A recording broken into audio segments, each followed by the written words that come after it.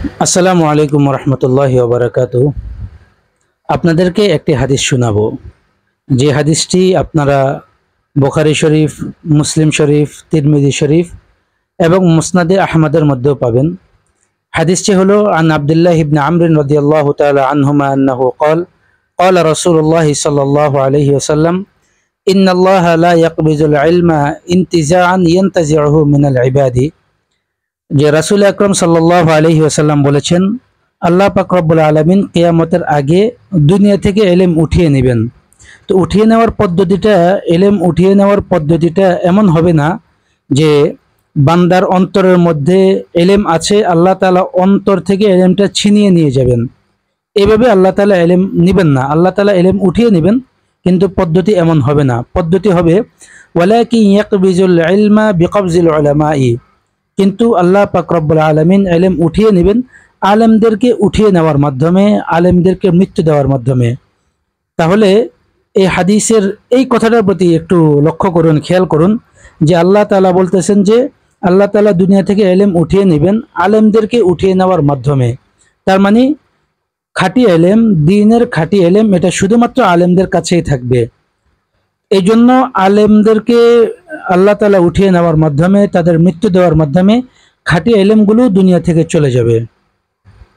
তাই যদি আমরা এটা ভালোভাবে চিন্তা করি, ভালোভাবে বুঝি, তাহলে আমাদের সকলের উচিত আলেমদের কাছ থেকে শুধুমাত্র দ্বীনের বিষয়, শরীয়তের বিষয় এগুলো শিক্ষা গ্রহণ করা এবং এগুলো জানা বুঝা। আলেম ছাড়া অন্য কারো কাছ থেকে যদি আমরা শিখতে যাই, তাহলে সেই ক্ষেত্রে আমরা ভুল ভ্রান্তির শিকার অবশ্যই হব।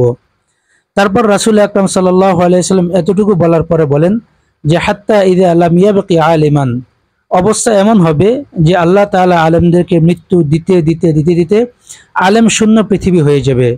ইত্তাখাযান নাসু রুউসান জুহালান, তখন মানুষরা মূর্খ লোকদেরকে তাদের নেতা হিসেবে বানাবে।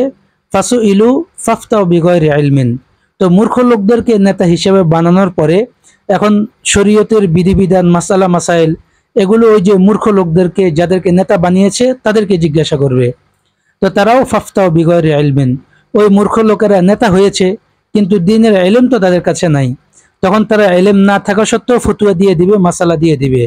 ফাদাল্লু ওয়া আদাল্লু, রাসূল আকরাম সাল্লাল্লাহু আলাইহি ওয়াসাল্লাম বলেন তখন ওই যে মূর্খ নেতা সেও ধ্বংস হবে, পথভ্রষ্ট হবে, এবং তার কাছ থেকে যারা মাসালা শিখবে, মাসালা জানতে চাইবে, তারাও পথভ্রষ্ট হয়ে যাবে।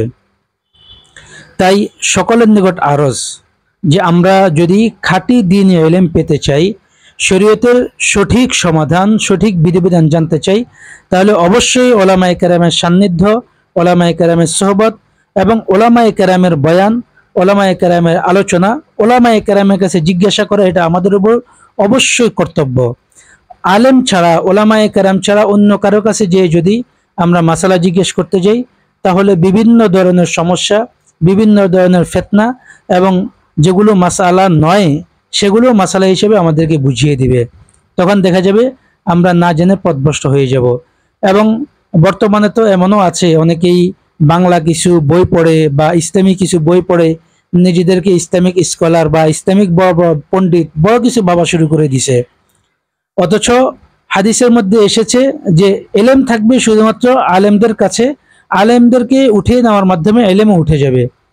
তো এখন যারা সামান্য কিছু বাংলা বই পুস্তক পড়ে, বাংলা অনুবাদ পড়ে নিজেদেরকে মানে ইসলামী বিশেষজ্ঞ বলে দাবি করতেছে, আর অনেকে তাদের কাছে বিভিন্ন মাসালা ফতুয়া জানতে চাইতেছে, ওলামায়ে কেরাম বারবার সতর্ক করতেছে যে এরকম মাসালা জানতে চেয়ে এরকম মাসালা জানতে চেয়ে মাসালা জিজ্ঞাসা করে শুধু শুধু ইসলামের ক্ষতি এবং নিজের আমলের ক্ষতি করতেছে।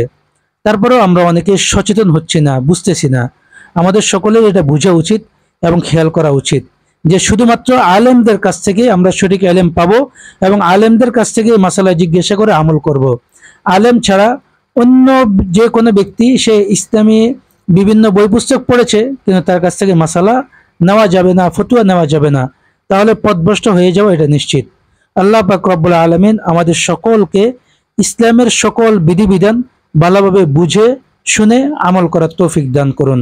আসসালামু আলাইকুম ওয়া রাহমাতুল্লাহি ওয়া বারাকাতুহু।